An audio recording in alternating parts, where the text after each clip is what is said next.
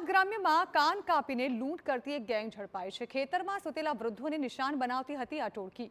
પશુ લેવેચના બહાને ગામડામાં રેકી કરીને લૂંટ ચલાવતી। ઘરના સભ્યોની માહિતી મેળવી રાત્રે આ લૂંટારુઓ ત્રાટકતા હતા। 6 મહિનામાં તેઓએ 6 જેટલી ગંભીર લૂંટને અંજામ આપ્યો હતો। અમદાવાદ ગ્રામ્ય એલસીબીએ 2 આરોપીની આ મામલે ધરપકડ કરી છે।